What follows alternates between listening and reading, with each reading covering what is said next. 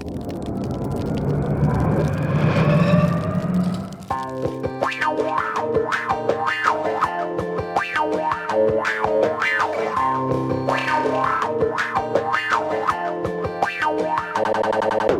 last game listed for Franco Jara says December 31st, 1969, Dallas at Houston. He did not score in that game, it says.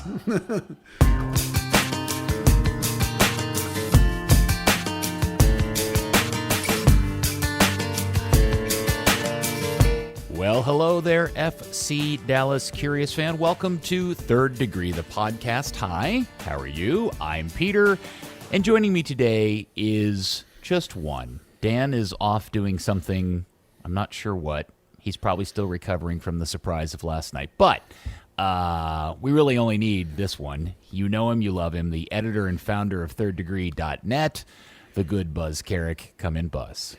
Hello, Peter. How are you doing on this wonderful evening? I believe Dan is at a fundraiser of some kind, so we let him off the hook. I thought he was still drunk. Maybe, although he was in the press box for us, I believe, so I doubt he was drunk from that game. All right, so let's just put a lay of the land here. Things couldn't possibly be going better for Ye Old Football Club Dallas. They are now looking at back-to-back wins. They probably the best back-to-back pair of games by a debut player in club history. I guess we can have that argument. A stunner of a goal, and to top it off, believe it or not, none other than Santiago Mosquera drops a hat trick on the home crowd to beat Colorado last night 4-1. Things are just swimmingly good for FC Dallas.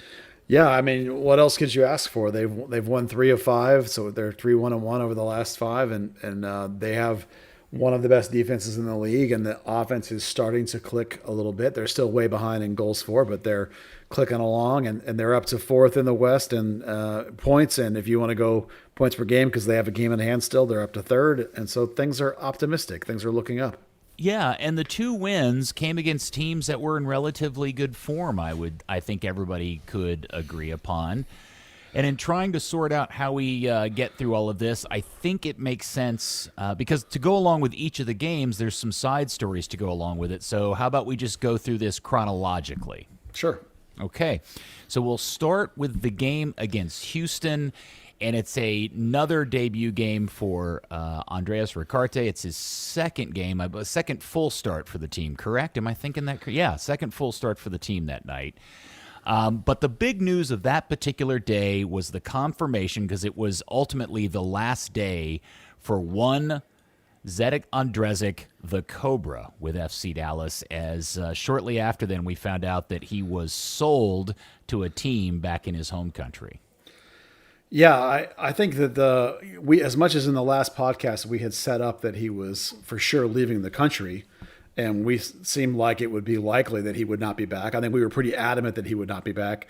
Boy, they sure moved fast, because not 48 hours later, he was gone in terms of being sold. Now, he was at that game, and we knew he was leaving at some point over the weekend. But, this club doesn't hesitate. Like when a player says, I don't want to be here, they're like, fine, they get rid of him. And I kind of respect that, but some people might think that's a terrible way to do business. I figure in the end with Kobra, you had a player that didn't want to be here anymore, and it looks like you've turned him over for a profit. So maybe you cleared the way for Ricardo Pepi to play a little more, Jesus Ferreira to play a little more. I mean, that's a salvage of a situation, if you ask me.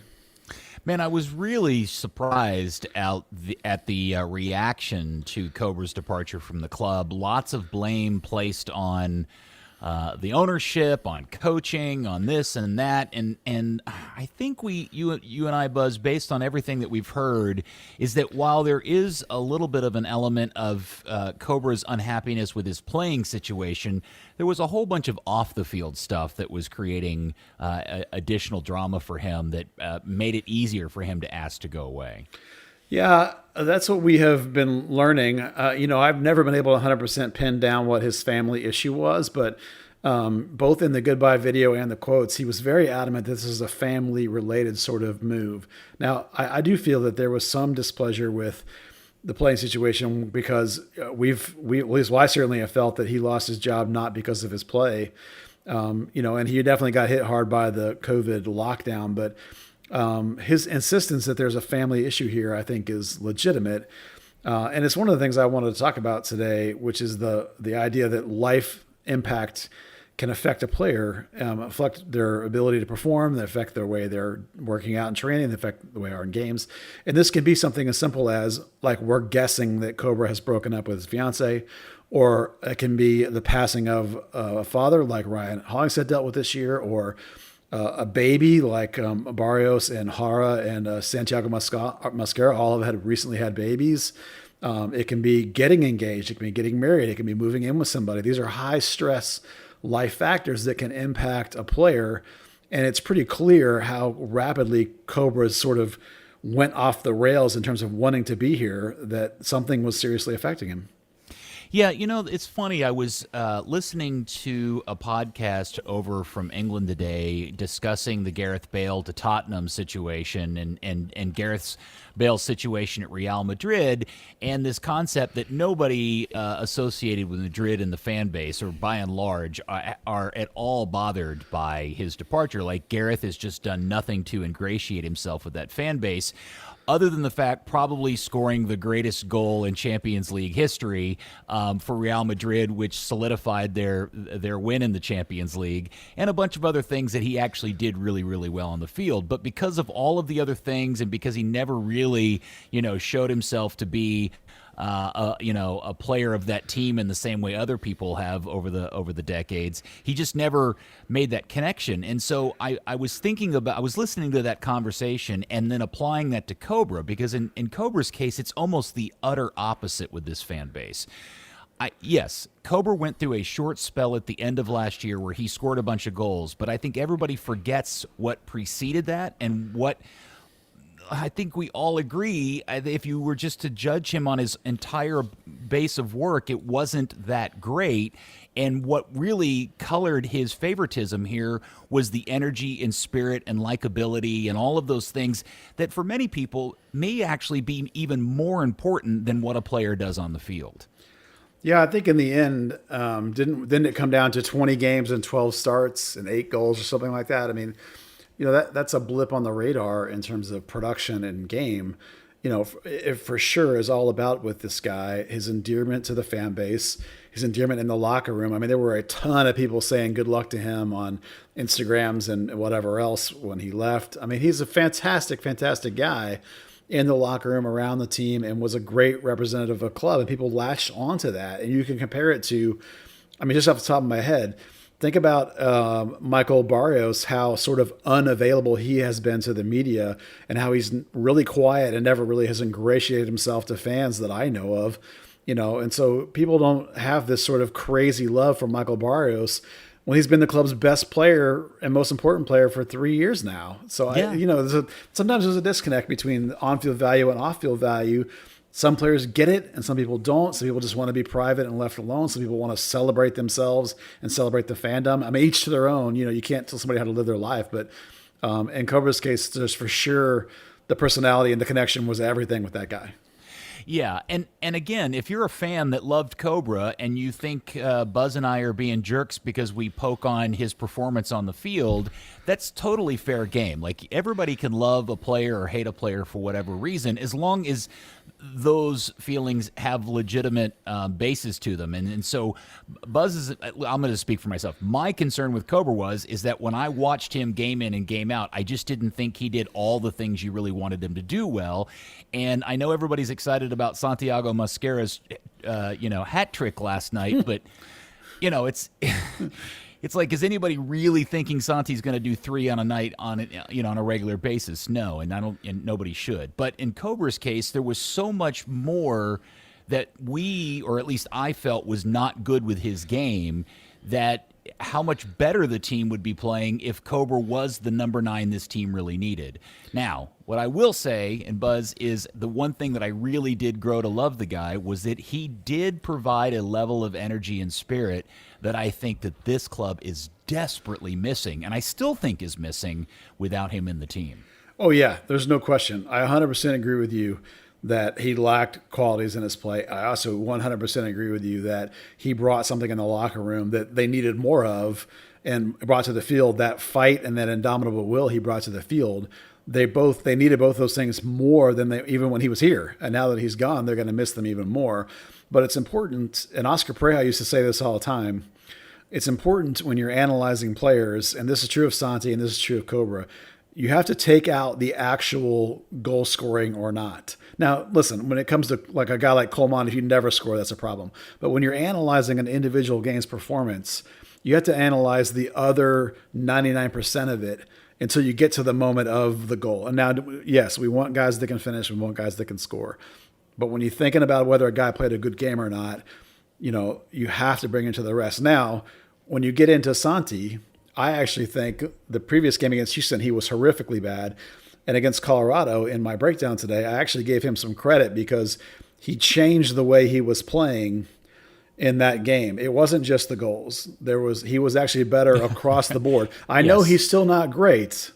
I know that he's still in a lot of ways is rolling the maul, but he was significantly better than he had been versus Houston. Now, is he better than Fafa Pico? I don't think so. I think Fafa brings a whole bunch more to the table. But I will give Santi credit for the improvement, and he said some comments about how he liked Oscar's system so much better, which, by the way, right mid-block and counter with Oscar. Mm-hmm. And Lucci's not like that. Lucci's high press, and he's talked about how he doesn't fit this system. Well, last night against Colorado, because of the way the early game was going, Lucci shifted to a mid-block and counter. Well, right. That's what Santi loved with Oscar. So bang, here we go, right? All right. So well, put a pin in Santi. I don't want to jump too far ahead because that really is its own little section of this episode because it's deservedly so. Oh, I reckon. But I want to go back. I want to go back to Houston real quick because it was Kobra's, and I want to finish up on the Kobra thing. We all wish him the best. Again, I don't want people get really frustrated when they hear us bad-mouthing or seemingly bad-mouth Kobra. I will be the first to admit that the dude really grew on me over the course of the time that he was here, and I do think the team will miss him. And if Matt Hedges played with that kind of similar personality, I think he'd be a starting center back for the national team. Yeah, he would be MLS best 11 every year. Yeah, absolutely. And that, I don't mean to pick on Matt about it but that's the one thing that when you talk to people in soccer circles that's keeping him from the national team is that specific thing. Communication, kind of vibe, mood, that thing is missing out of his game that I think people feel like is necessary on a national team level.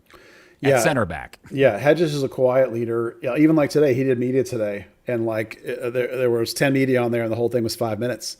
Because his answers are quick and to the point and focused, just like he is as a person, which is fine. It's awesome. But, if he was a gregarious, over the top, demonstrative, emotional leader and dictator and people rallied behind him, behind his charisma, I mean, he'd be in the national team. You're right. And now we love Matt Hedges. This is not a criticism of Matt Hedges. Yes. It's just a comparison from him to Kobra and how different guys are different and not everybody is the same and you need a mix of all those kinds. Not everybody you can't have a team of 30 screamers either. You got to have a balance, but to be fair to Matt, I could make that same comparison to any number of players on the roster. I could apply it to Jesus Ferreira. I could put it on Franco Jara for that matter. That level of energy is such an attractive thing to the fan base. It's really too bad that it all turned out the way that it did. He just, in my opinion, I don't think they're losing as much on the field in comparison to how unhappy the fan base is that he's leaving. That's my contention. Yeah, I would agree with that. I was just sitting here thinking that if we could have taken Coleman and Kobra and sort of mixed them together, we might have had a pretty good player. Except for the misses. Well, yeah, but Kobra finishes at least half of his shots, unlike Coleman. But here's the thing with Coleman. You and I both agree that Coleman did so many other things about the game very, very well. That's what I mean. He had pace. He had okay, all right. So I see what you're saying. I'm just saying, you're chalking up Kobra's finishing just enough better that we would have had a better package with Coleman if you had put Kobra's finishing. If you take Kobra's fire and brimstone and never die and put that in Coleman's complete game, that's a hell of a player. All right. Well, pour one out for the Kobra as he goes back to the Czechoslovakia or whatever they call it. All right. So Houston comes into this game looking like a pretty hot team. They had drilled a couple of teams, or at least one team, in the days preceding coming to Dallas, and had kind of laid it on Dallas when the two teams played in Houston not too many days before. But I'll be darned if. Man, we didn't see one of the finest goals in club history by Andrés Ricaurte. Oh, my God, that thing was amazing. Yeah, I was trying to remember. I mean, certainly in terms of a debut goal, I'm just trying to remember of goals that are that good, and there's not a whole lot of them. The one that jumped to my mind was Kenny Cooper's midfield goal. But I'll tell you the other one, and this is the one that makes me worry about this. Brian Acosta, first game. Oh, yeah. And never scored again, essentially. Yeah. I don't feel like, Ricaurte has said that he likes to assist more than he likes to score, but the quality of that finish is just remarkable. I mean, it's an absolute stunner. I'm trying to think. I really don't feel like, in terms of the overall game and that goal, quality of play, quality of passing, instant impact. I mean, forget about debuts ever, for new players, coming on strong. This is a mid-season guy. Yeah. When was the last time Dallas had a mid-season guy worth a damn, let alone come in with this level of crazy impact? It's remarkable how impactful this guy is, considering he hasn't been playing. Because of the pandemic, he hasn't played since way back in March either.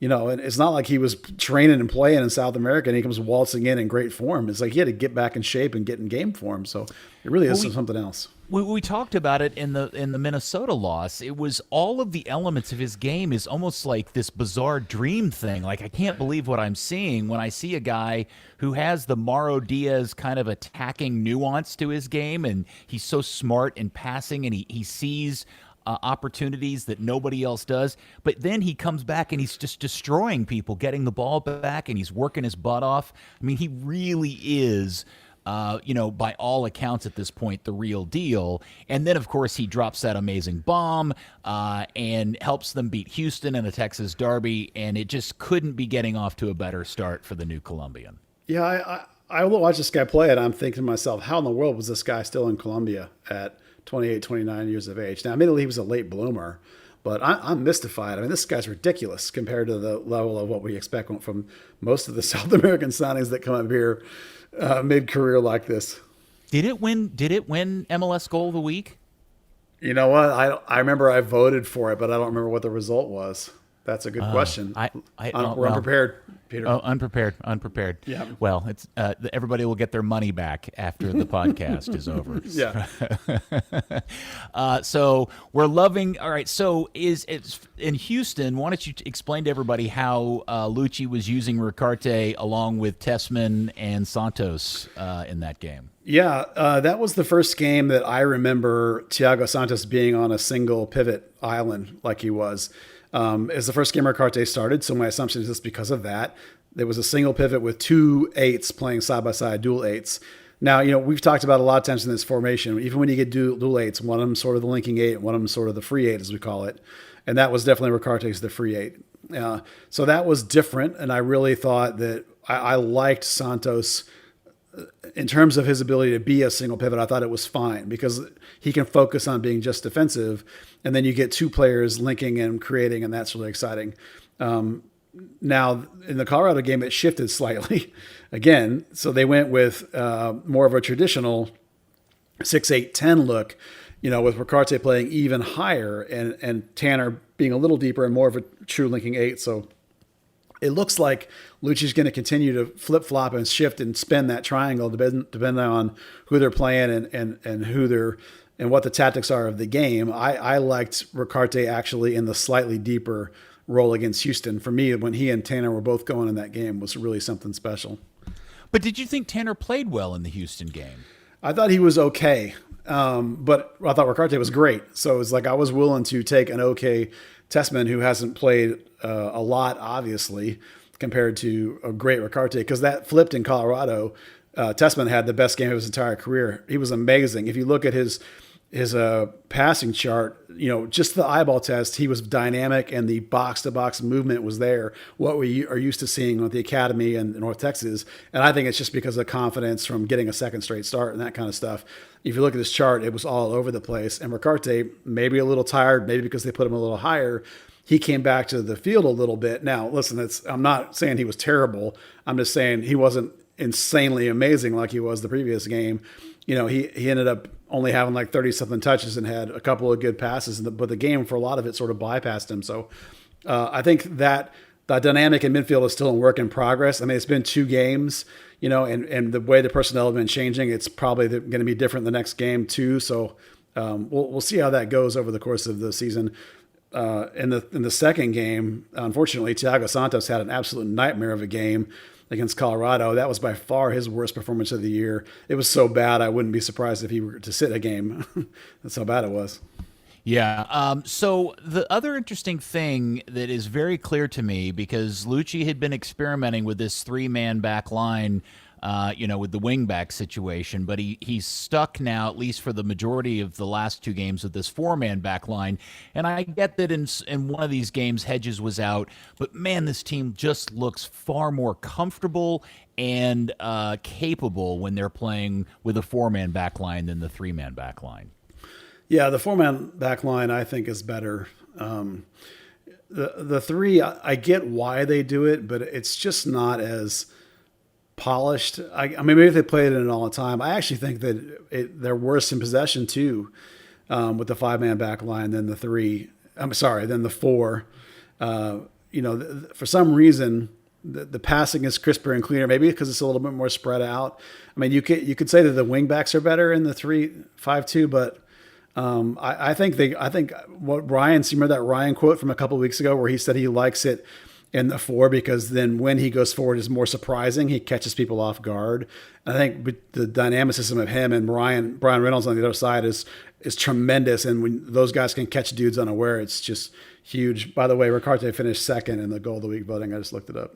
He didn't win goal of the week? No. Philadelphia Union, Anthony Fontana won. East Coast bias. All right.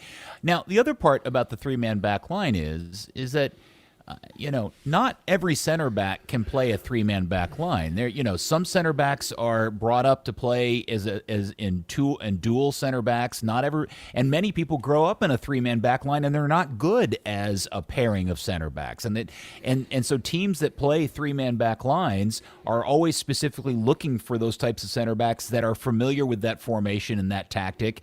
Left-footed center backs, right-footed center backs, all those things. And I don't know enough about Ziegler's history and Bresson's history, and I'm fairly certain I don't think Matt has played a ton of 3-man backline, growing up in college and certainly not in the pros.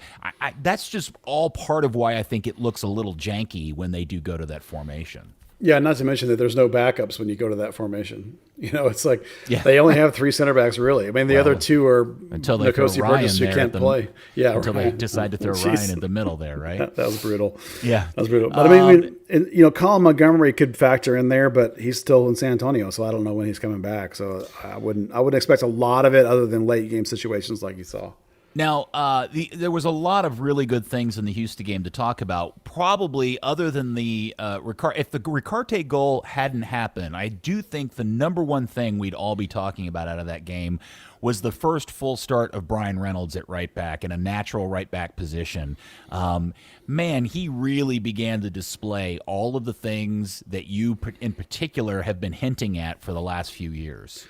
Yeah, if you've been watching training or any scrimmages or North Texas play or whatever, you knew all these skills that Brian Reynolds had in his toolkit. He's been pressing Reggie hard for a year and a half now, fighting for that spot. Now, it was Reggie's to own, but Reynolds was competing and making it difficult for him. So we knew, people that have watched practice knew that this guy was going to be the next guy. What's surprising is how good he looks. I mean, I expected him to be good, but he looks ridiculous. I mean, like, so good that now pretty much everybody in the fan base is like, well, that dude will be here like a year and then he's gone. Because, we've talked about this before, right? European clubs have 1 million dudes that are 5'8" and can ball. What they have none of is 6'3" guys that can run like the wind. They can run that line all day long. This is Alphonso Davies. Now, is he Alphonso Davies? No. Tap the brakes. Well, not even close. I mean, he's way behind Alphonso Davies, but he has the raw skill set that makes people go, holy crap, could he be an Alphonso Davies? So you can see why. One reason why I think they didn't play him very much when Reggie was gone, because they didn't want this cat out of the bag in a sense, and want people to just come in and swipe him before they even got a chance to play him. So, I mean, I'm kind of with the general consensus for everybody is that if we get 2 years out of the guy here, that's going to be ecstatic, because his ability to play, one end to the other, and even when he does make a mistake, which happens, he's a kid, his recovery pace to get back. I mean, like what you said, even jogging, he's faster than everybody else. Yeah. When I was, because I finally got to go to a game last night. Thanks, Deke. I watching him just cover space at full sprint and even jogging. Like when he was just making a recovery run back at a jogging pace, I think he's faster than Hara runs at full pace. Yeah. It's insane how fast that kid is. Yeah. But I do want to, my one observation is when you watch him play and you try to compare against Reggie, he and Reggie almost possess opposite, the best parts of their games are the opposites. Reggie is a better defender than Brian is, and Brian is a better attacker and crosser of the ball than Reggie was. And Reggie was pretty good at that. He was getting better, but Reynolds is another level at that part of it. Yeah, Reynolds obviously grew up as an attacker. He was a winger up until really he went to the 19s. I don't know if you can remember far enough back when he was at the U17 World Cup. No, Yeah, he was a right wing. I mean, he didn't start. He came off the bench, but he was a right wing. And it wasn't until after that year he had signed a pro contract. And he was in Florida like the whole year, basically. I kept asking Oscar about him. He's like, man, I've never seen him. He's never here.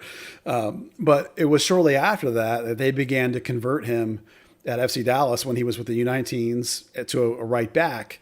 And they've used him there, and they used him with North Texas. So really, the defending is very raw.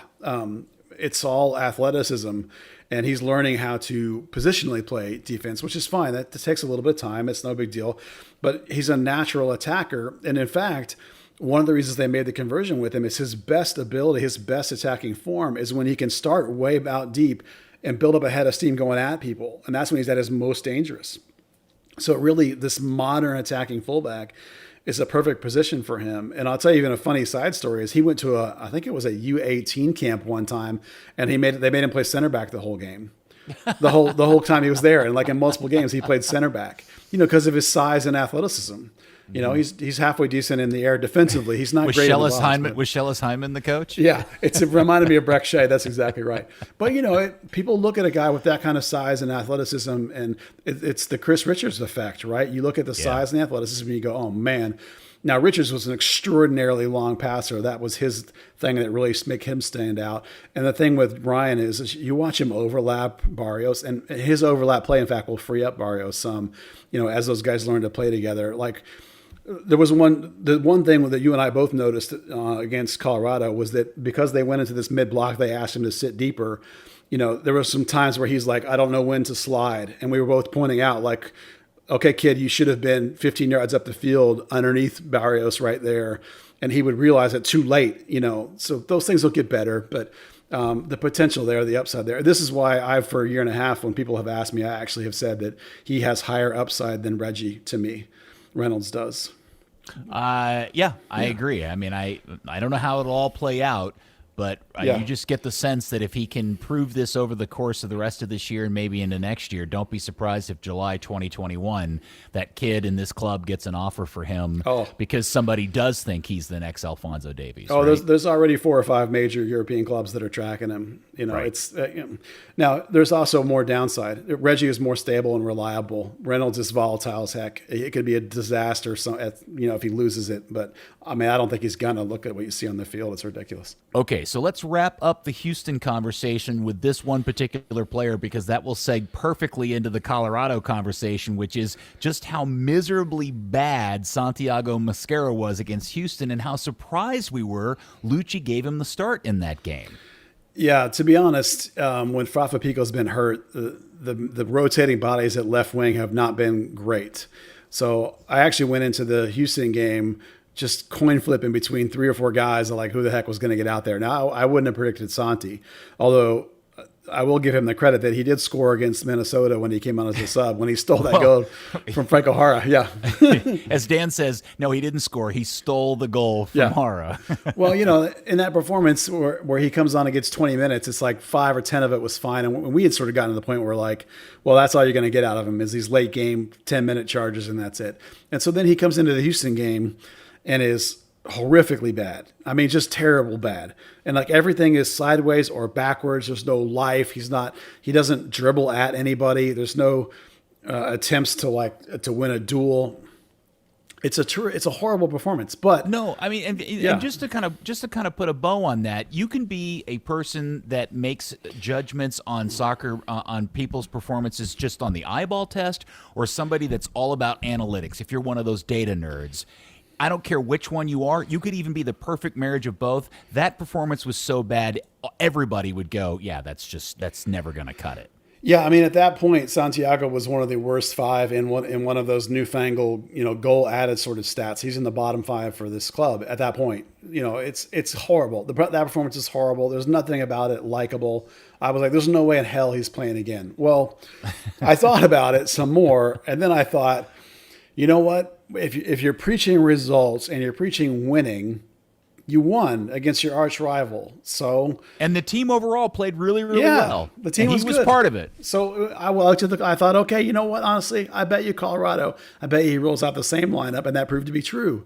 Now, would I have rolled out Santi? No, but I'm not a coach. I thought Santi was terrible. Well, shut my mouth, because as I said earlier in the podcast, not only did he score the hat trick, now 2 of his goals are poacher goals and are not that exciting. The second goal was amazing. That's a fantastic individual play where he stole the ball, dribbled in, and scored all on his own. The other 2 were just kind of tap-ins. But, we were joking that he was rolling Lamar, that he was garbage, and then he got 3 goals, got a hat trick. Well, I really think it's better if we frame this conversation, because you and I, for the first time in a while, got to sit essentially a seat apart and watch a game together. We haven't done that I can't even tell you the last time you and I got to do this. And up until the 40th minute, how many times did you and I look at each other and go, oh my God, it's another one of these Santi Mosquera performances. Look at him. Yeah. We were talking about look, he's not running. He's not in the right place. Oh, bad pass, bad decision. There he is being lazy again. And then he scored. Yeah. Well, he came to life when he scored, and he went from no passes going forward to about half the passes going forward. So that's, this is a significant improvement when you're actually passing balls into the final third, when you actually have 3 key passes. Not only did he score 3 goals, he also had 3 key passes, which is the most on the team, to create scoring chances. And he had led the team at one point. He was leading the team in tackles. So it's like I mentioned earlier about his love for the Oscar system, when Lucci changed it to a mid-block and counter, that's when he came to life, along with scoring his goals. All of a sudden, the system fit him, and he was terrific, to be fair. Now, here's the thing with Santi, and maybe I'm getting ahead of putting the cart before the horse here, but let's talk about him a little bit. Santi, if people don't know him, he is, what's the word? He needs kid gloves. Flaky? Yeah, he's flaky. He needs kid gloves. I'm not going to go so far as to say physically he's soft, but mentally he needs positive reinforcement. Like, negative reinforcement doesn't work with him. He's a guy that needs to be built up and told he's good, and told, oh yeah, man, we love you. Now, Lucci's a huggy guy, support you, pat you on the back guy. So there's actually a good fit there in terms of like Santi needing that kind of stuff. He's not going to respond to an in-your-face, like a Shellis Hyman type. Oh my God, that would have been a disaster. Shellis would have told me sucked, and it would have been over. So he needs a little love. He needs some comfort. He needs to feel good. So like when the team shifted into a formation and a system he felt comfortable with, well, there it goes. Then you see a player responding. So, it was a come together moment where everything was working for him in that game. Now Lucci wants the high press and he wants the Lucci ball. That ain't Mosquera. So big picture going forward, I don't know if you're going to see this kind of performance from him a lot. Maybe Lucci will develop some understanding of, if I'm going to go mid-block, now I can bring him in and it'll be effective. Maybe that's something we can all learn going forward. Well, when he scored the first goal, which was an opportunistic goal, and by the way, and credit to him, when the ball pops to you standing there just outside the penalty spot, every coach in the world wants you to do one thing: don't overwork it, just pass it into the back of the net. And to credit to Santi, that's exactly what he did. And I made the joke on Twitter that he's the new Roland Lamah. But laughing in my face, the second goal that he scored was a goal that Roland Lamah would have never scored, because it required Santi to essentially steal the ball from the guy that had been marking him all game, and then had the wherewithal to attack the goal and make another really nice finish, right? Because those are the finishes people blow all the time because they try to blast it or they try to do something funky with it. Just pass it into the far post, and that's exactly what he did, and he scored his second goal. Yeah, that second goal was a really, really impressive individual goal. Dan joked on Twitter that it was 2019 preseason Santiago Mosquera. You remember when I thought he might be MVP because he was on fire for like 5 games? Yeah. I mean, he was a world beater out there in Tucson. It looked like this. I mean, that's what it looked like. He was just killing dudes like this game. And then the third goal is a bit opportunistic as well, but I think we've all forgotten he almost scored a third goal before he actually did score a third goal. Yeah, he should have 4 goals in the night. He got really unlucky on that third one. Yeah, it was a moment of. We also joke that like at the end of the year he'll have like 4 goals and it'll still be all from this one game. My embarrassing admission of the night is when he almost scored that third goal the first time. I went, oh no, not another one. Yeah. Oh my God, he's gonna bury me. You watch, he'll get 4 next game. No, hey, listen, I'm for a guy that had such potential when he came here. Remember the talk was he's perfect attacker for Oscar's system. He's got pace. He can tear guys apart on the dribble. He can create. I mean, none of that stuff have we seen for the last year and a half. Well, we saw it in this game against Colorado. Yeah. Maybe, I mean, if he'll do this, for hat trick aside, if he plays like he played in the game, aside from the goals. After minute 40. After they change systems, if he plays like that every game, there'll be a legit intense competition between him and Fafapico for that spot. If he doesn't, if he reverts to the old, then he'll just be off the bench. Yeah, I agree, and I'm happy that it happened. I'm glad that it worked out the way that it did. I'm just going to reserve real judgment until we see if he can string this over a course of games. Yeah, it's got to be more than one game. One game doesn't, one game is great, but do it again. And again, I do think, in fairness to you and I, all of the criticism, everybody should remember he's one of this team's 3 designated players. It's not like he's just some random dude on the roster. He has a label and a designation of value that could be used if he's not producing. So we'll all just maybe clean the slate and let him go from here and hope it all works out. But he is a DP. They need to get something out of him. That means he's getting paid up near $600K. That means he's getting paid more than Paxton and Jesus. The only guys that are beating him out are probably Reto Ziegler and Hara, probably. Yeah.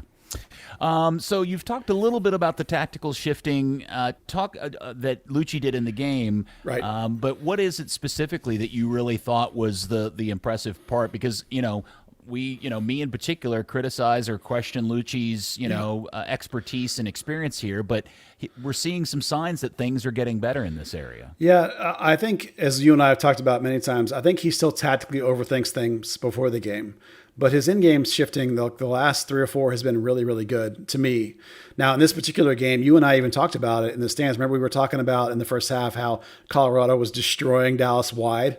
Remember that discussion? Mm-hmm. Right? And then right about the time we were noticing that, like, boy, they're really even controlling the whole game, and Dallas is hardly having the ball. Well, what happened was because they were overloading the wings, and Dallas was trying to press, and Colorado was easily breaking that press, and they were dominating with wing play. So Dallas shifted into a mid block, and the press went away. They quit pressing. That was why, like, between the middle 2/3 of the game, Colorado had crazy amounts of possession, and Dallas went from their usual 600 passes down to 350 passes. They sort of abandoned what we call Lucci ball, and they went into this mid There's essentially the Oscar Pereira system, a mid block with a counterattack. And they've talked about that.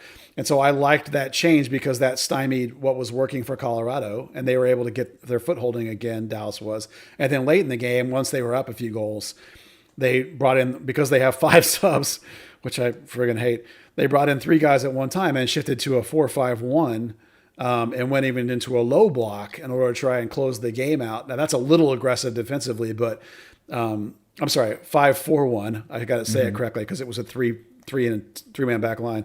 When he subbed on Brisson. Yeah, when he brought Brisson on, it became a 3-man back line. Well, you and I know in this case it was a 5-man back line. Right. They sat back and they put 4 across in front of it and left. I think it was Fafa they left up high by himself in order to try, because he was fresh and trying to chase. And Pepe ended up playing. They kept having to yell at Pepe to get down and play wide left because he wasn't doing it at first. So, it's just good to see Lucci, and he did it too. He shifted in the Houston game and he shifted twice in the Minnesota game. I like the ability to recognize that things aren't going well, come up with a solution, change to that solution, and have it actually work. I mean, this is like 2 or 3 times now in a row where his shift has actually been effective and worked. So I like that. I would like him to back off a little on the overthinking, and maybe using the same lineup for 2 games in a row is a sign that he is doing that. It's like, hey, we won and we're scoring, so like roll it out again. Now, this will be a big test going into the next one, going on the road against Sporting. Will he revert to his overthinking, or will he just roll out a lineup that's won 2 games in a row by, scoring plenty of goals? Well, doing that, we do need to ask the question, does Thiago Santos deserve a start after arguably being the worst player on the field relative to the overall team performance for Dallas against Colorado? He was bad. I mean, he was bad literally from minute 1. I mean, they almost scored, 30 seconds into the game because of a turnover on his part. To me, it looked like a guy that was just completely exhausted, like he's just hit the wall. And that's why I think that and I put in my breakdown that maybe you sit him for a game. Now, the question is, do you think Edwin Cirillo can do it? Even if you put him in a double pivot, is he ready to do it at that level? Or is Brian Acosta healthy enough that he could do it, again, in a double pivot type situation? So there are some options there.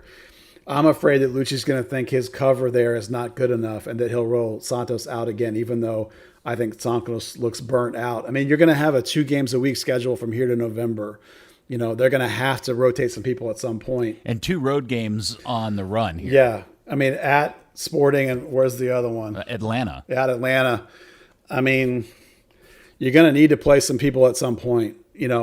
This is where, in order to sit Santos, do I need to do a tactical shift? Do I go 3 at the back, therefore, so I can have an extra center back behind 2 holding mids if one of them's not Santos, and I go Acosta Tessmann, or I go Cervania Tessmann? Is that enough with a 3rd center back? Maybe that will come into his thinking. Here I am overthinking it, right? But when you have a guy play like Santos did, and you feel like he needs a day off because he's 31 and it's hot as hell right now. I mean, it's not 100, but it's still 90. And they're playing 2 games a week. I mean, that's a heavy load. So now on the other one, the other player in the middle of the field, Tanner Tessmann, we talked about him. You had said that you thought this was really the best game of his career. Talk a little bit about the differences between the performance in Houston and the performance in Colorado. Yeah, as I said earlier when I got ahead of the broadcast, for me, it was just about confidence. Like he got 2 starts in a row. He's feeling comfortable with Santos, feeling comfortable with Ricaurte, and he just came to life. It was a complete, it was the dynamic movement. Like every time I look up, it doesn't even look like he's deceptive. Like you're like, is he even running? Except that you look up and he's like 40 yards from where he was 5 seconds ago. He's deceptive how fast he is. So if you looked at his passing chart, he literally is box to box, sideline to sideline. That's the definition of what that position is supposed to be, linking 8, right? Box to box. So that Colorado game in particular is the best game of his entire FC Dallas pro career. It looked like he looked in North Texas. It looked like he looked when he was a grown-ass man dominating entire teams by himself in the academy. This is what we want him to be for his career. He did it all in this game, and it was a tremendous performance. So, can he carry it forward? It'll be the question. Game in and game out. Game in and get him out consistently. Consistency as a pro matters. One game is not a pro. Being a pro is a grind. And you kind of alluded to this earlier. What the oddity of all this was is because of the switch in tactics and Lucci, Ricaurte was a little bit more quiet this game. He didn't have all the attacking nuance that we saw, and the excitement that we got in the Houston game was a little toned down because the job was different here against Houston. Yeah, I mean against Colorado. Yeah, Houston, he was deeper like an 8, and then Colorado, he was higher like a 10. Well, then they sat into the mid block. And a lot of the play for both teams was around the sides instead of up the middle as much. So he only got 30 something, I think it was 35 or 36 touches, which you'd like to see a little bit more from that. He still passed at a really high rate. He still had I think it was one key pass, I think. So it's all there. The game just didn't find him enough. So it wasn't quite the level we expected. And it's just a case of the tactics of the game hurt him in that way. The way the game played out hurt him in that way. It wasn't a bad performance by any means. It just wasn't the superstar performance because he didn't see enough of the ball, But the comfort level between him and Tessmann was really, really good. Santos, not so much. He had an absolute, we said nightmare. But, if Ricaurte and Tessmann keep that going, it's going to be very difficult for Acosta or Savania to get back in there the way those guys are playing. And then, because this is the first time that I've seen them in a while in person, we've talked about this. Michael Barrios, in many ways, is the exact same player he has been for this team, but he clearly has lost. He's not. His first step is missing, and it really impacted him in this particular game. I don't know who number 5 was for Colorado last night, but that is one large, tall, very fast center back who, on a pretty regular basis, got the better of Michael Barrios. Yeah, Barrios is 29 now. And I'm afraid that we're starting to see the first loss of pace. When a player has built their career with pace, it makes me worry. Now, hopefully, as I mentioned earlier, maybe it's just the new baby off field has got him off kilter. And if you want some statistical evidence of that, I did a thing about it earlier this week. Barrios is still playing the correct way because he's number 3 in expected goals, and number 1 in expected assists. But when you subtract actual goals from the expected goals, he's the worst on the team, both in goals and in assists. So he's in the right spot and not producing, at a massive, massive number. Now, he still has 15 key passes, which is triple the next best guy. So he's doing everything right except the final shot or final ball. And that's what we mean by him just being off. He's just confused. But isn't that pretty much the year in, year out story of Michael Barrios? I always feel like every year we get to a point where he's lost. I mean, he's not producing. He's not, there's no assists. And then suddenly something happens.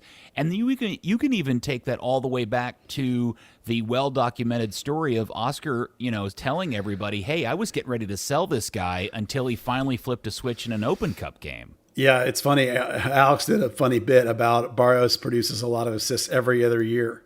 And this being an even year, he said he'll be down in assists, which I thought was funny, that his big explosive assists year are the odd years. So sure enough, right on form, Barrios is not assisting. I'm not worried about him, as I say, because of, like we said, that the metrics say that he's doing everything right.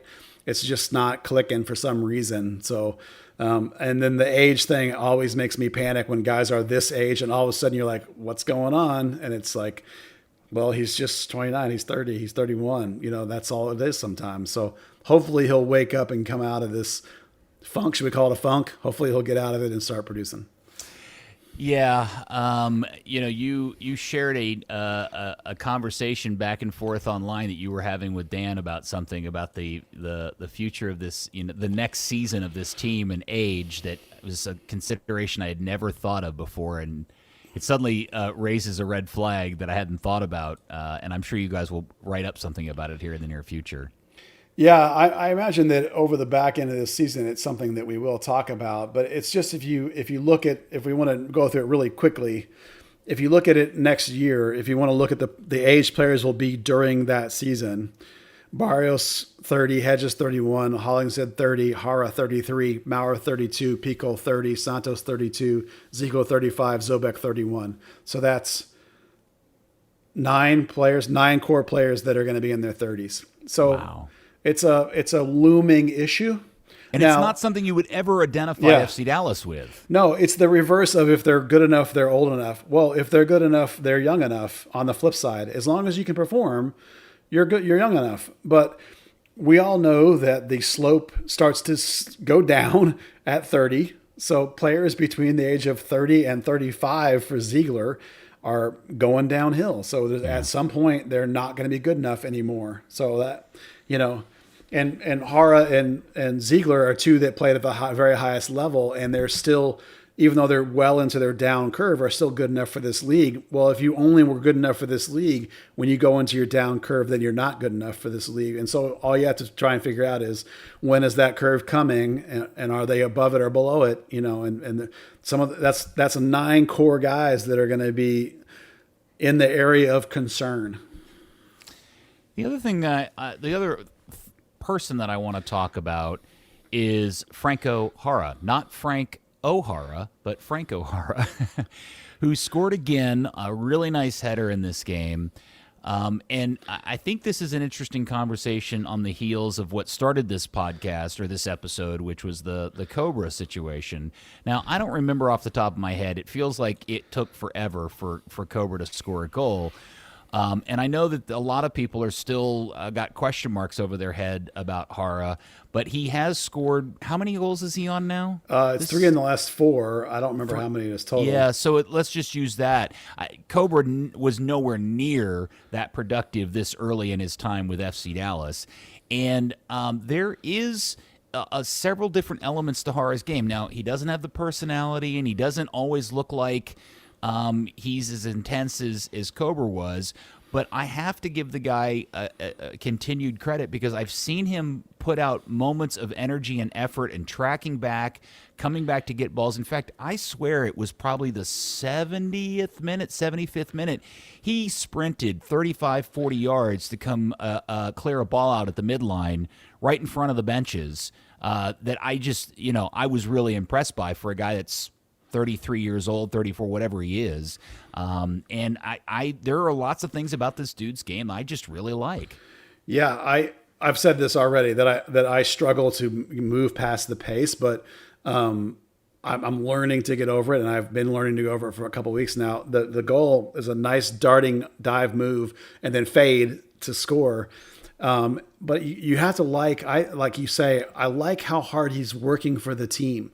Like, he's grinding, and I like that. I like guys that are, as you say, chasing back in the 70th minute, guys that are still making the runs. Now, does he make that front post speed run? No, he doesn't, because he knows he's not going to beat that guy to the front post. He does a dive and fade, or he does a dive and check to the other post. He's making these subtle moves to create space for himself. You're never going to get that I'm going to beat you to the front post that Barrios or Pepe or a million other guys would try. He's never going to try it because he knows he's not going to win that run. But the thing I wanted to particularly notice about that goal was his celebration, which was intense. But specifically, it was intense, and he ran over to Ziegler and hugged Ziegler. Now, you remember that he and Ziegler had the disagreement over the penalty, and Jara was halfway down the locker room by the time Ziegler scored it, just a few weeks ago. So credit to Jara for attempting to ingratiate himself to the teammate and his captain by going over and rewarding his captain for the good corner and celebrating with him. So I love that. I mean, that's a great veteran understanding by Jara to realize that he needed to do a little work to win over his teammates, and that his work rate is carrying over in his play, and he's going 90 minutes or as long as they leave him on the field. It's not 90 minutes, but putting in effort and work, and that'll ingratiate you to your teammates and make things a lot better. Yeah, I just happened to look while you were talking. That tackle happened in the 67th minute, not the 70th minute, and he also had 3 recoveries in their own defending half of the field, which is pretty phenomenal for a 32-year-old forward. I appreciate that about his game. Yeah, he's willing to press, and he's willing to work and defensively, not just work offensively, but work defensively, work for the team, and that'll go a long way. Yeah. Okay. Oh, the other person that I really feel like deserves a special shout out here on this podcast is Kyle Zobek. I can't tell you how impressed I have been with his performances since he took over from Maurer. This is, again, a guy where if you hadn't seen training, you wouldn't know. I don't mean you, I mean one in general. Like when he first got here the second time around, he was not very good. And he's put in a lot of work in training, and the dude works his tail off. He's a phenomenal teammate. He never is sour or grumpy. He always works hard, and he's vastly, vastly improved his game. Now, you can tell from watching him, communication is one of his strong points, particularly when he trains with the young guys all the time because he's the second or third keeper. So he is coaching up kids and training all the time, defenders, about where to be, how to read, clearly understands the game. His positioning is really good. His long-range stop shopping is pretty good. Where he falls down is going to be his lateral, post-to-post athleticism that was Jesse's strong suit, or the in close and low, like instant reaction, like drop save. Now, he has made a couple of those that are good when he sort of guesses correctly, but those are his two weakest spots. I mean, there's a reason why he's the third keeper, but he's been terrific. I mean, he's not putting up 6 or 7 saves like Jimmy did those couple of games, but he's putting up the 2 or 3 key saves that he needs to make to keep his team winning the game. And what more do you want from a keeper, honestly? And the fact that he seems to have hurt his groin is a bummer, because now he's gonna. I mean, they think he'll be okay, but we'll see.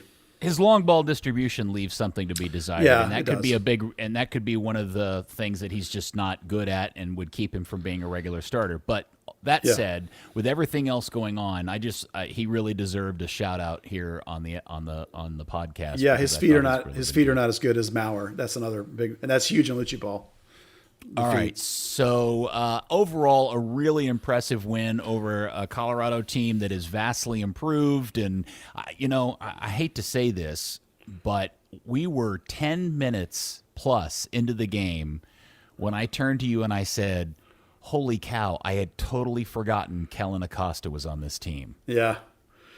Yeah. The thing I will say about Kellen is that it did look like he's gotten back some of his, I use this word a lot, his dynamicism, like his ability, his range, like he's covering a fair amount of ground. I actually felt like against Dallas, he was trying to do too much. So I think he's finding himself a little bit. I don't know that in that team without some help that he's going to ever look really good. He's a guy that needs to be surrounded by. He plays to the level of his team, I feel like, if he's got some really electric guys around him, he'll look a lot better. Yeah, I just didn't see a level of confidence in his game that I remember from his heydays here in Dallas when things were really going well for him. I agree with it. He did look like his range and pace had returned. He just didn't. I mean, I can't even tell you the last time I saw Kellen Acosta grab a game by the scruff of the neck and just take control of it like he used to way back in the day. If he's better in life and happy in life, that's great. But man, that is a really sad case of a career that everybody's over the moon about and just takes a really, really weird direction. Remember he said that he'd lost his joy in playing. It had become a job, a career, a grind, and it is that. But it's still a game, and if he never has regained that, maybe that could be. I mean, I don't talk to the guy, I don't know him, so I don't know what's going on with him in Colorado anymore, in terms of his joy of the game. So I do wonder if he's just lost that zest, maybe that spice that he had for a couple of years here when Oscar was going crazy about him. I mean, right now I don't think there's a chance in hell he gets back in the national team playing like this. Well, he's a super, he's a young guy still. He's got, lots of miles left. Maybe it's just a function of getting in the right place with the right coach that reignites it for him. Yeah. And hopefully so, because we all love Kellen. We wish the best for him. It was just weird because I was embarrassed that I had forgotten he was even on the team and didn't even pick him out until 10, 15 minutes into it that I was like, oh, wow, it's Kellen. I forgot about Kellen. Yeah. I also want to give a short shout out. I actually officially saw those Colorado away kits for the first time in person, and that ever so light cream off-white color of the shirt is just fine, and it looks great with the white shorts and the white socks. So kudos to Colorado for that kit. I like it a lot. Yeah, I like the top all right as white kits go. I think it looks better if you mix it up with a little more maroon in the shorts or the socks. But as white, I mean, you know me, I hate the all white kit look. I just wish it had some more to it. But as white kits go, I do like that one. Now, the other thing I did want to ask you about, Buzz, is, now that Kobra is gone, you essentially have two players. And the most amazing thing that has come out of the last 2 weeks that I'm suddenly hit me like a brick over the head is, what does this mean about Jesus Ferreira? Because we haven't talked about Jesus in quite some time. Is he in the doghouse? Talk about a career going off the rails. What is going on with Jesus? Well, we talked about him not playing particularly well when they played him as a 10, and Ricaurte has come in and kind of ended that discussion, and they tried him as a wing and he was just okay. He wasn't, one He's game not a was winger. I know. And he's not a 9 either. I mean, he can kind of false 9. We've talked about the ideal spot for him really is off striker, like that's Jason Christ's role. But, nobody uses 2 striker systems anymore, hardly. The only time Dallas has one is a 3-5-2. The problem with that is then what do you do with Michael Barrios? So it's like all of a sudden Jesus is either behind Barrios or behind Pico or behind Jara or behind Ricaurte. And over the last 4 games, he's gone from starter to sub to 2 DNPs. So, it's just not going well for him right now. And admittedly, for all we know, he's hurt and they don't tell us because we can't go to training. But, it's just not that he doesn't have a primary position to play in this system, even though Lucci loves the kid more than any other kid that ever's come through his system. He doesn't have a primary spot. And now there's a bunch of older guys in the prime of their career that are coming in and taking his playing time. So you may not see him very much. But the other side of that same coin is that roster competition matters, that pressure makes players better.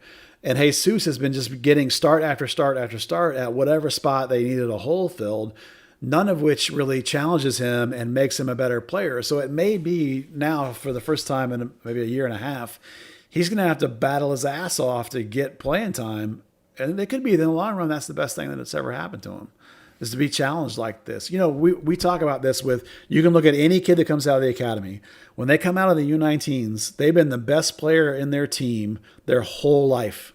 They've been the man their whole life. And all of a sudden they're a pro, and now everybody's the man. And you run into this wall, and you have to have the guts and the will to fight through the wall and make yourself better for the first time in your life.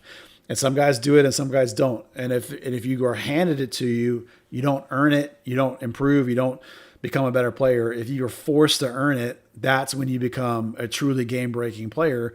And we've seen this competition pay off. Look at Tessmann and Cervania, both last game looked great.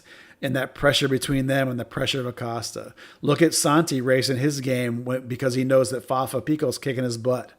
Right? Look at Reynolds, who's been chasing Reggie for 2 years trying to get that spot. Look at how good he looks. So it's, I'm hoping that Ricaurte and Jara for the next, what are we going to have? Well, Jara maybe a year, but Ricaurte a couple of years. Like those 2 guys are going to pressure Jesus into finding the spot and finding his best game. And maybe in 2 years we'll be talking about how great he is. And related to all of this is the fact that the transfer window is still open. This team has 2 roster slots available, and they do really, in all reality, need another striker. I mean, we love Ricardo Pepi, but the kid is, barely got his driver's license a day ago, it seems like. So, how much weight? I mean, if Haro goes down with an injury, do you really want to be a team that's, depending on a 17-year-old kid? No, and Lucci has said to Pepi that you're not just a 9, you're a forward, because he wants him to play at wing too, because he wants him to press those guys as well. But if you just want to do the basic math of it, when you're using basically a 3-striker system, 2 wings and a striker, it's like you have a couple of guys at each spot. But remember, Dante Sealy is one of those guys, and you can't really use him effectively. I mean, you can use him for 5 minutes at the end of a game when you're man up. That's fine. But Pepe's barely in a discussion for he's barely older than Dante. He's barely older, but he's a much more complete player. Dante's a super raw, tactically speaking. And Pepe has shown, like, remember when I was talking about those Barrios stats? Well, the number one expected goals player on this team is actually Pepe. And he's also second in where's the goals added? Yeah, second in goals added. So like his play is actually really effective. So I'm okay with Pepe starting as many games as they were comfortable giving him. But in terms of pure math, you could use another striker. Now I wouldn't go out and try and find somebody that's going to start. That you could use a bench player that'll come in and work his tail off. That you can spot start, that'll compete with Pepe, that'll push Hara. Because right now, Hara's going to think he doesn't have any competition. That's not good either. You need a middle of career guy to come in there and actually press Hara a little bit. So I would really like them to see them add a striker. If it's by trade, if it's by USL player coming up. I mean, I don't think it's Ronaldo Damus, but, somebody from the championship maybe could work. Or bring back Tuamasi. He'd at least provide a little pressure. Okay.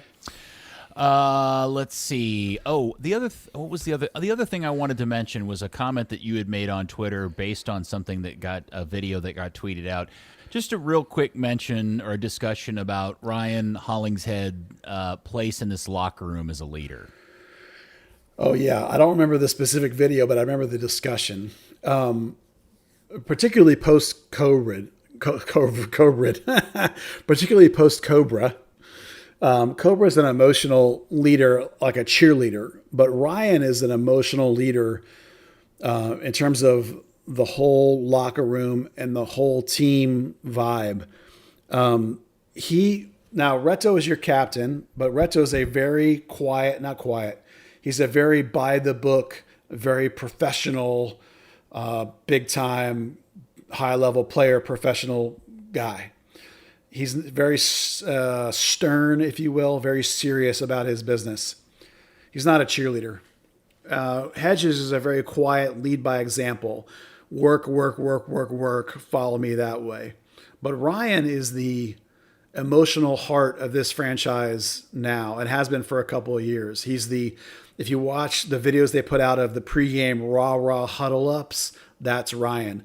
If you watch training, Lucci will say, Ryan, get the team over here. And it's Ryan that's herding everybody over. It's not Reto, get him over here. It's Ryan, get him over here. He's the guy that's gluing this team together in terms of its emotional stability and its composure. And he's not the captain literally, but he's the captain in the ways that matter in terms of, not the ways that matter, the emotional ways that matter. Because what Reto's doing is also important. But, Ryan is definitely one of the guys that's, I mean, if it weren't for Reto, I wouldn't be shocked to have Ryan be captain for a couple of years when Reto's gone. It's funny because we started out this episode talking about perceptions about players, how fans fall in love with them based on their personalities or what they bring in terms of spirit versus what they produce on the field.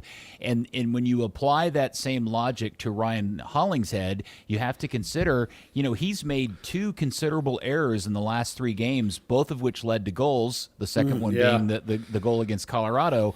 But he's that guy that makes that mistake and you go, it's okay. It's Ryan. Because there's so much more to what he brings to this team that as long as his overall balance, he's got credit in the bank for those types of things on an occasion here and there. Oh, yeah. He's built up so much goodwill with this franchise and this fan base.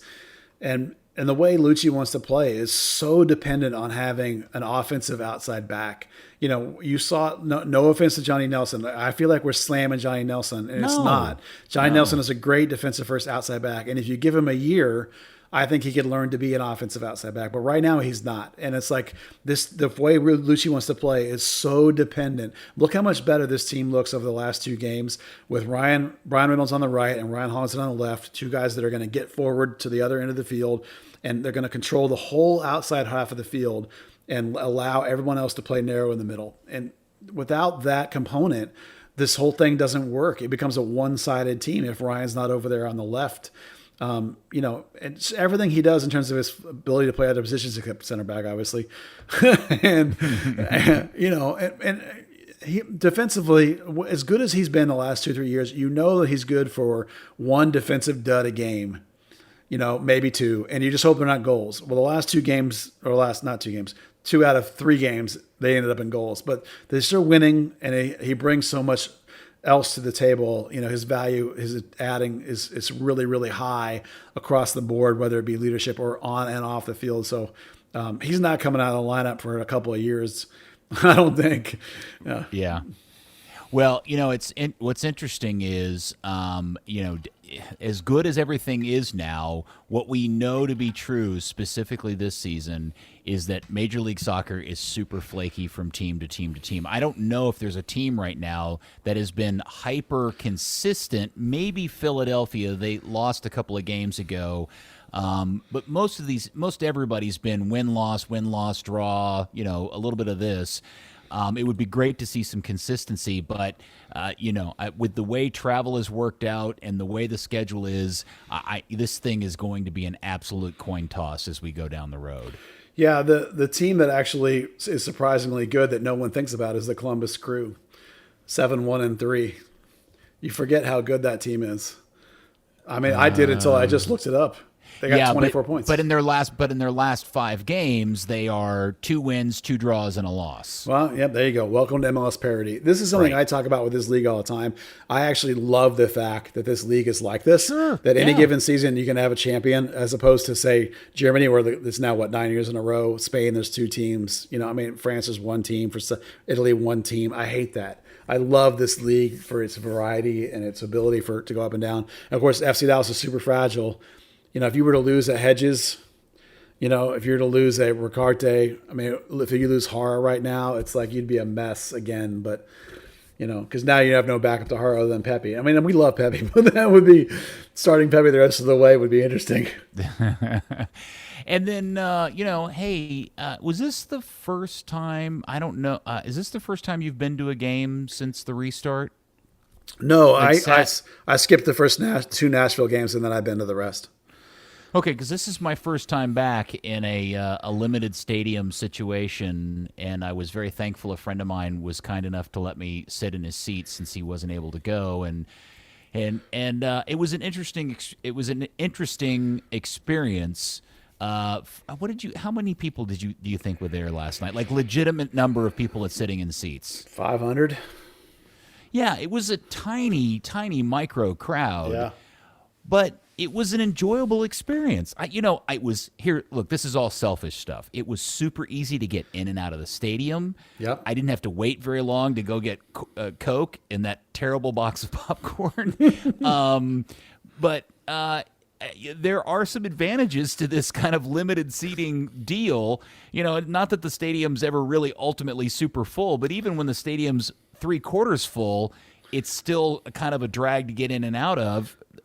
If you're thinking about going to a game, now's a really, really good time to go because it's a pretty enjoyable experience. Yeah, nobody's sitting next to me. I love it. I'm spread out. It's like I don't have to listen to all the chatter, and I don't have to squeeze in next to people, and it's not kids aren't crazy getting hot. up and trying to go to the bathroom in the middle of the game or going up and down the aisle. I mean, this actually is a really interesting way to experience a sporting event. Yeah, except for the piped-in crowd noise. I didn't like that part. Yeah, why are they doing that? I don't know. Apparently they've been doing it for a while, and I didn't notice because I usually am closer to the speakers, which is funny because I'm kind of next to them. I didn't hear it, but this game you could hear it clear as day, and I hated it. I was like, well, it was terrible. I didn't like it at all. It is interesting because you can hear all of the individual commentary from the fans instead of like the collective ooh or boo or yay or whatever. You can hear individual people's reactions, and you can very clearly hear the players and the coaches in real time, and that's fascinating too. A lot of what we're learning about Zobek is that's how we kind of learning about his communication skills, because it's like you're standing 10 feet away from the guy as he's directing traffic. Well, several people mentioned that about Lucci, that Lucci never stops talking the whole game, and they had no idea because you can't hear it when the stadium is full. And that's true. I don't know if people may not know that about Lucci, is he basically talks incessantly to the players directing traffic. And of course, 80% of it's in Spanish because of the nature of this team, but you can still hear him and kind of tell what he's trying to say. So he's a very talkative coach, which is always interesting too. And you can hear all the players all over the field, and hear the 2 Brits sitting behind us were a joy. I love those 2 guys. I don't know them. It was just hysterical listening to them talk about the game. Yes. It was, I'm with you. It's a wonderful fan experience right now. Nobody else go. Everybody stay home. Yeah, nobody should go to the game. Yeah, it's just terrible. Let Buzz and I go sit in Yeah. peace and quiet and enjoy the game in our own way. It's terrible. Nobody go. Okay, so let's move over to the kids. North Texas Soccer Club. They play Saturday at home against Tucson. Anything we need to know about those dudes? Yeah, this is actually back-to-back games with Tucson. So the season is half over. It's a truncated COVID season. Only 2 teams make the final. It's just a final. So, Oh, wow. So, yeah, no playoffs at all. So Sounds like a Sunday league. yeah, it is kind of like a Sunday league, but it's a truncated COVID season. It is what it is. But they have 8 games left. I think it is half the season. They are currently they have the same amount of losses as like a pack of like 5 teams that are all from like 2 to 6th place or whatever. They're 3 wins behind that spot with 8 games to play. But they've just brought back Arturo Rodriguez. They just signed this kid, Nicky Hernandez from SMU, who basically didn't train and walked in and started and looked terrific. So now I'm suddenly like super excited about Against that kid. Tucson he played. Against Tucson, yeah. Oh, and okay. like as of like Wednesday last week, I knew he hadn't trained, and yet they signed him and he started that day that he signed. So I was like, Wow. holy cow. So that kid looked pretty legit, all things considered. He would have been a senior this year and probably would have been a high-ish draft pick. So that's a good circumvent. Getting him and bringing back Kevin Bonilla is going to not play at Portland this fall because of all the COVID stuff. So he's back, even though it's an amateur contract. So between him and Eminol Almaguer, sorry, Eminol, both can play right back or left back. That means Che can play in the middle. That means maybe you could sit Walbeck, who's just been meh at left back. So all of a sudden your defense can be better. And Carlos Aviles has rebounded from losing his contract. He kind of hit a dark spot there, and he's rebounded and reclaimed that starting job and looks pretty solid again. So they're only 3 wins out, and they're scoring bags of goals, and they just got their MVP back. So I think they have a legitimate shot to make a run to get into the final. Now, can they do it? I don't know. It's a lot, but it's doable. And they're a pretty good team. I mean, they're well coached by Quill, and they play just like the first team does, with the 4-3-3 most of the time, and they're adaptable and flexible, and it's worth a watch if you haven't gone out and see them. They're going to be much better over the back half of this season, and they're hurt by the COVID because they're not getting the loan downs right, and they're not getting some additional academy call-ups because basically you can't intermingle very much, so without isolating, unless you have antibodies, of course. But it's interesting. It's going to be fun. They're out of antibodies at 7-Eleven, apparently. Yeah, you cannot buy any more. You cannot buy the antibodies You anymore. have to grow them in the field. All right, so on Twitter a couple days ago, you were lamenting and how much you were missing watching practice and doing practice observations for the blog. Have you had any communications either with the club or the league about when they're going to allow media to come start attending practice again? No, if you read the paperwork, it just says it's the new league protocol with COVID. It's in the stuff they send out. So This makes no sense to me whatsoever. Yeah, I mean, honestly, I'd like to be able to go. I could stand on the other side of the fence, but it's from everything I understand, it's a league mandate, and I'm assuming that it's basically going to be in place all this year. And the best I can hope for is that next year it'll be opened up. I mean, they're pretty stern in the language. They're like, you can't even go to that complex at all on fear of having your credential pulled.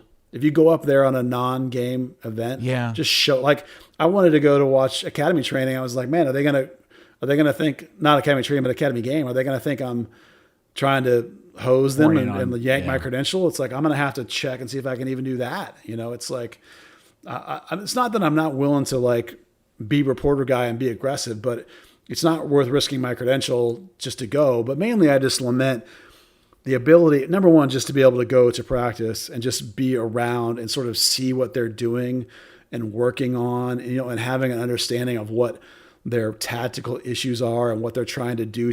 Like, to go into a game knowing kind of what the plan's going to be. Not that Lucci would tell me, but I can just watch and tell what it is, and knowing if guys are hurt, or like Santi after the game said he'd been hurt. And I was like, has he? I mean, who knows, right? Santiago. It's Santi. He's always hurt. It's just, I like Dante Seeley, right? I can't for the life of me right now tell you how good that kid is or not. I mean, I know he made a lot of progress last year, and I know he's matured a bunch, but I haven't seen him train or play other than the 10 minutes the other day in like 7 months now. So I have no idea how good he is to tell you if he should be playing or not. Or how good is Nkosi Burgess? Like, should we be worried that they don't have a real center back, or is Burgess good enough? I have no idea because I can't watch. So it's like, it just drives me crazy. I mean, it's what I do, and I can't do it. Yeah, there's a part of me that thinks that this is really smart preventative measures, just locking everything down, and a part of me believes that this is actually just a giant excuse to avoid access to the general media because they didn't like it when you had all that access in the first place. I mean, if I didn't think it was a league policy, I would be worried about that. I actually checked. I mean, I checked with the North Texas soccer writers, the main guys in Philly there. North American, North American, yeah. And the main guy that was in Philly was like, it's like that here too. So it's like, I'm pretty sure that it's, and it has all the language like this is MSLS's official policy. So I don't doubt that. But the league has to understand how much this is impacting coverage of their teams from independent sources. And this is what, again, because all of these teams are counted on or expected to deliver their own content, both from a league level and a club level. Sometimes I think they enjoy this as an opportunity to take advantage of. Man, I hope not. I mean, a lot of teams don't have somebody that does what I think that I do. No, I think most teams don't. Yeah. I mean, I think this is, I feel like this is my calling in life, kind of, that this is like, this is what I do. And like not being able to do it is just driving me crazy. Oh, I'm sure. But there are MLS teams that have local media people that are on the beat, whether it be the guy in Atlanta and there's, one in Seattle and there has been people in Portland. There are people that do what you do, but not independently like you. Like they work for a media organization, not an independent organization like you have. But this is not, I mean, this may be the safe way of going about it in terms of COVID, but I have to think there's a compromise that would allow you guys to safely watch practice and not endanger anybody from a COVID standpoint. Like, my point being is, if you're willing to let people come into your stadium and buy concessions, you can figure out an effing way to let the media come watch your practice once or twice a week. Yeah, I know that sometimes parents have been able to watch and coaches have been able to watch. I mean, I'd be perfectly happy to stand behind the fence, I mean, it's 20 yards away and I can still see perfectly fine what's happening. That's what, I don't need to get close to people. I don't need to talk to people. I just want to be able to watch. What if we got you a ladder? I was thinking about renting a room at that hotel across the street and getting some binocs. We could get you a GoFundMe made. Go get you a GoFundMe set up for a cherry picker. Yeah. And you could like lift yourself up in the air. Yeah, from across the street. Yes. Yeah. Maybe get up on the water tower. Get some binocs up there.